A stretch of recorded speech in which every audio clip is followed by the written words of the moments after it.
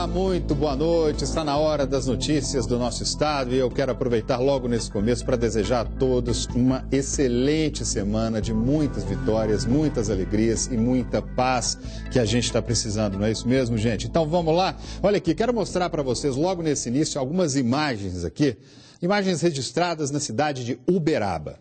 Você vai ver aí uma cena impressionante. Está vendo o rapaz ali? Ó, ele está cutucando ali um caixa eletrônico que fica na rodoviária da cidade, tentando arrombar o caixa. Aí ele tenta. De repente ele sai e vai lá para o fundo, ó, vai acompanhando. Lá no fundo está sentada uma senhora, uma idosa.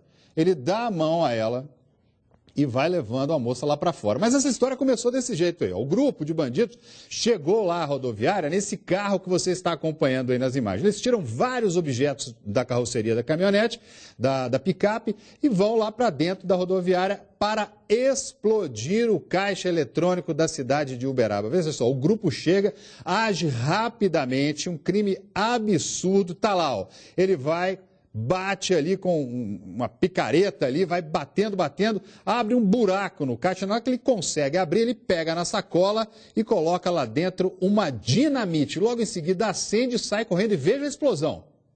Olha ali, olha o que aconteceu com o caixa. Ali ele estava antes, só tentando colocar no outro, mas ele acabou indo lá antes de tudo para salvar a idosa. Um criminoso ali não queria ter nas costas um homicídio, apenas um roubo, não é isso? Apenas um furto ali, um arrombamento, e levou a senhora lá. Foi andando com ela até chegar do lado de fora antes de explodir. Logo depois do crime, eles cataram tudo que deu para catar, puseram na caminhonete e partiram rumo ao desconhecido, porque a polícia ainda não encontrou nenhum deles, mas passou logo depois que o crime foi cometido. Aí, agora sim, as imagens do dia seguinte da rodoviária lá de Uberaba. Olha o estrago que esse pessoal provocou. Veja bem você, a polícia lá, ó, quando a nossa equipe chegou lá para fazer a reportagem, um dos alarmes dos caixas ainda estava disparado. E logo cedo, para fazer essa reportagem, a nossa Band Triângulo esteve lá com o nosso colega Luiz Cláudio Faria para contar essa história direitinho, registrada na cidade de Uberaba, no Triângulo Mineiro. Roda pra gente. No chão, estilhaços de vidros e pedaços do que era o equipamento eletrônico da Caixa Econômica Federal, instalado na entrada do terminal rodoviário de Uberaba, área dos guichês. Imagens das câmeras de segurança registraram a ação dos bandidos. Esta câmera externa filmou a chegada de um veículo picape estrada cor branca, com cabine estendida, e para na entrada do terminal.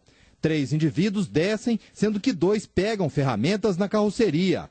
O outro comparsa, segurando uma arma longa, tem a missão de ficar vigiando a movimentação de pessoas. Nesta outra câmera na área dos guichês, o bandido com um pé de cabra dá vários golpes no equipamento e consegue abrir o compartimento de dinheiro.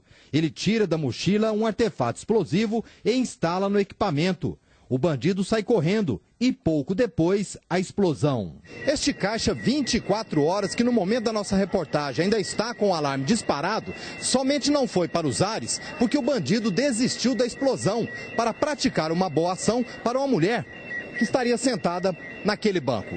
A imagem desta câmera registrou que outro bandido, também usando pé de cabra, tenta abrir o compartimento do dinheiro, mas nota que uma idosa está sentada em um banco bem próximo de onde ocorreria a explosão. Ele desiste da ação e ajuda a mulher a sair do local. Após a explosão do primeiro caixa, a câmera externa registra os bandidos colocando as gavetas com dinheiro na carroceria do veículo, fugindo em seguida. Cerca de 10 segundos depois, uma viatura da Polícia Militar passa em alta velocidade, mas não consegue pegar os bandidos. Peritos da Polícia Federal, do Esquadrão Antibombas, realizaram vistoria no local em busca de dados que possam ajudar na identificação e prisão da quadrilha. Apesar do grande prejuízo, a administração do terminal rodoviário confirma que ninguém se feriu.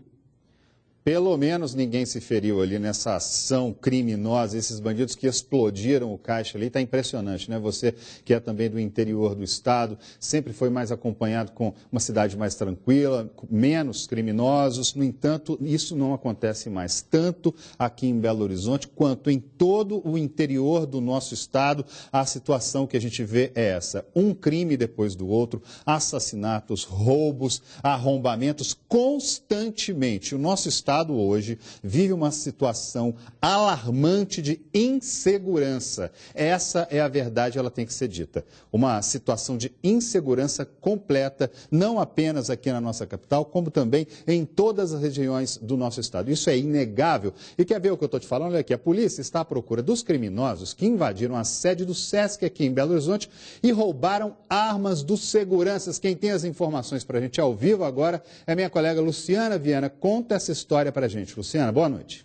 Uma ousadia, né? Boa noite, André. Boa noite a todos. Seguem as buscas, portanto, a esses dois homens que, vestidos com fardas semelhantes às da Polícia Militar aqui de Minas Gerais, renderam 2 vigias da sede do SESC, né? Que fica ali na Rua dos Pinambás, no centro de Belo Horizonte. A um dos vigias, os 2 homens alegaram que precisavam de água para colocar no carro, né? Momento em que, então, o vigia foi rendido, André. O estabelecimento estava fechado, né, para o público domingo à noite, mas o vigia atendeu ali ao pedido dos 2 homens. Momento, então, em que ele foi rendido. A arma foi tomada dele, ele ainda foi obrigado a chamar o outro vigia que estava na outra saída do estabelecimento. E é isso aí, André. Os 2 rendidos, as 2 armas levadas. Felizmente, nenhum dos 2 ficou ferido, mas fica aí a indignação dessa situação, né, André? Complicada.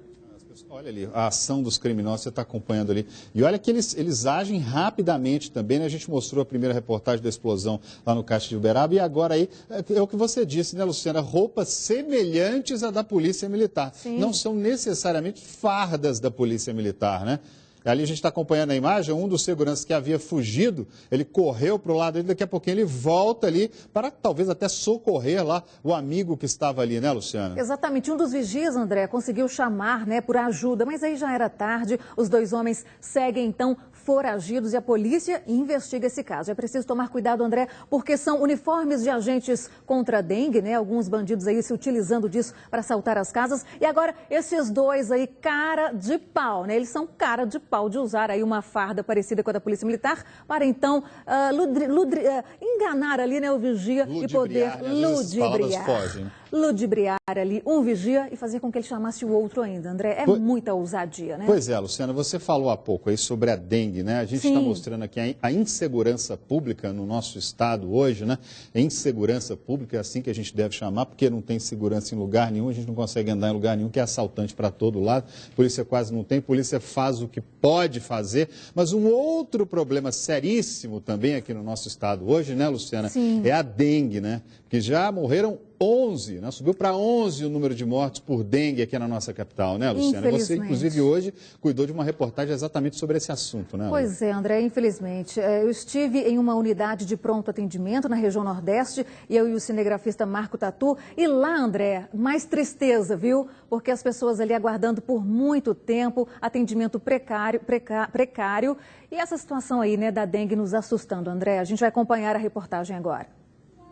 Há 15 dias do próprio casamento, Elaine levou um susto ao receber o diagnóstico do médico. Muita dor no corpo, muita dor de cabeça, indisposição, dor atrás dos olhos. Aí o médico falou, não, isso é sintoma de dengue mesmo. Na família não foi só ela a vítima do mosquito. Ficou todo mundo aqui em casa de cama. Eu, meu pai e minha mãe. Assim como a Elaine, outras 20.542 pessoas foram infectadas pela doença em Belo Horizonte só de janeiro a março deste ano. Uma média de 225 casos por dia. O avanço da dengue é preocupante. Só nas últimas 2 semanas, o número de casos na capital mineira pulou de 13.877 para 20.542, um aumento de 48%. Mas esse número pode ser ainda maior, porque mais de 50 mil exames ainda estão sendo analisados pela Secretaria Municipal de Saúde. É só 10 minutos que você parar para poder limpar seu quintal, vai ajudar você e outras pessoas. Acho que é conscientização e amor a você e ao próximo também, né? Só nos 2 primeiros meses desse ano, 51 pessoas morreram em decorrência da dengue no país, segundo o Ministério da Saúde, 30 em Minas Gerais. E em Belo Horizonte, com as 2 mortes ocorridas na última sexta-feira, esse número subiu para 11, segundo a Secretaria Municipal de Saúde.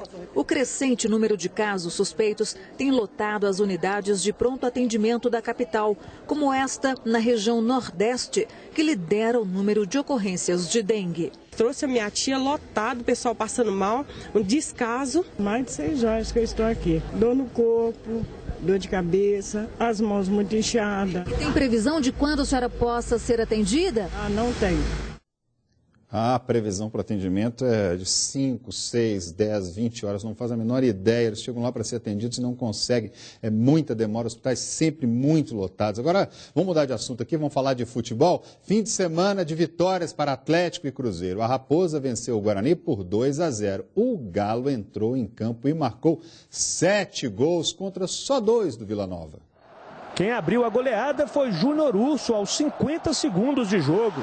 Aos 21 do primeiro tempo, Robinho começou a se tornar de novo protagonista. 2-0 Galo. 5 minutos depois, ele pegou todo mundo de surpresa. Golaço, terceiro do Atlético. Até quando o gol foi contra do zagueiro Rafael Morisco, a bola saiu dos pés do camisa 7 alvinegro. A festa de gols continuou na segunda etapa. O Vila Nova ameaçou uma reação e marcou 2 vezes. Soares e Mancini.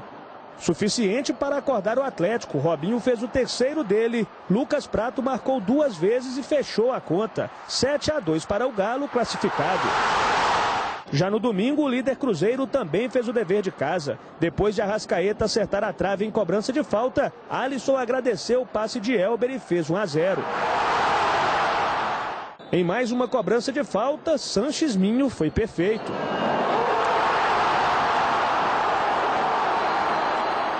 No segundo tempo, o ritmo caiu e nada mudou. Final, Cruzeiro 2, Guarani 0. Objetivos de Cruzeiro e Atlético conquistados, mas o time celeste tem a vantagem de jogar por 2 resultados iguais na fase final do torneio, por ter garantido o primeiro lugar geral. Temos que jogar, esquecer um pouco dessa vantagem e pensar nela só no final. Claro que nós queríamos acabar na primeira posição, não foi possível. Temos muitas opções para pensar en ganar el título y continuar na Libertadores, que es nuestro grande objetivo. Ainda falando de futebol, o Atlético quer jogar no Mineirão contra o Melgar na despedida da primeira fase da Libertadores. A diretoria do Galo solicitou hoje à Conmebol a mudança do local para a partida que está marcada para o dia 14 no Independência. O Galo lidera o grupo 5 com 10 pontos e precisa de uma vitória para garantir presença nas oitavas de final da competição. E 2 carros de luxo que faziam um racha em Varginha, na região sul de Minas, se envolveram num acidente. Mais uma vez eu chamo a minha colega Luciana Viana, que tem as informações e os detalhes sobre esse acidente aí provocado por um racha, né, Luciana? Pois é, André. Assim como a polícia está em busca daqueles 2 homens que assaltaram, né, os vigias na noite de ontem aqui em Belo Horizonte, lá no sul de Minas, em Varginha, a polícia também está à procura dos 2 jovens inconsequentes condutores de 2 carros de luxo que fizeram um racha. Olha as imagens, André. Um racha pelas ruas da cidade, só que um deles, André, perdeu ali o controle da direção e acabou atingindo em cheio uma lanchonete. Felizmente, ninguém que estava ali, né, ao redor foi ferido. Isso foi durante a madrugada, por volta das 3 horas da manhã. E nem os 2, viu, André, porque eles conseguiram fugir. Ou seja, o que bateu ali, ó, conseguiu sair do carro e fugir ainda, André. Pois é, a gente está vendo as imagens ali, inacreditáveis, né, Luciana? Tá lá, ó, eles fazendo um racha, batendo pega mesmo na rua. Isso são carros de luxo, né? Carros luxuosos. Agora, você imagina se tivesse alguém ali naquela calçada, com certeza não ia ter como sobreviver naturalmente. Porque eles estavam correndo, aparentemente. Eles estavam bastante rápidos mesmo, né? E como foi de madrugada, se tivesse um vigia, né? Por que não ali um andarilho, alguém que morasse na rua? Enfim, eles colocaram em risco sim, apesar de ser de madrugada, colocaram em risco sim a vida, né, das pessoas que poderiam estar ali, né? Pois é, com toda certeza.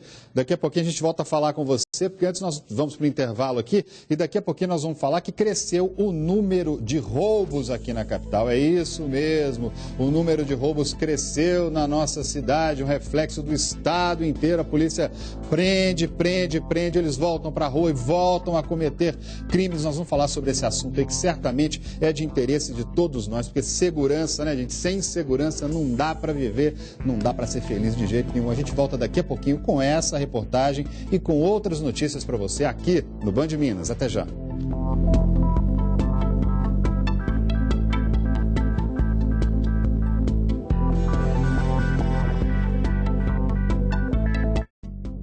Jornal Band Minas. Oferecimento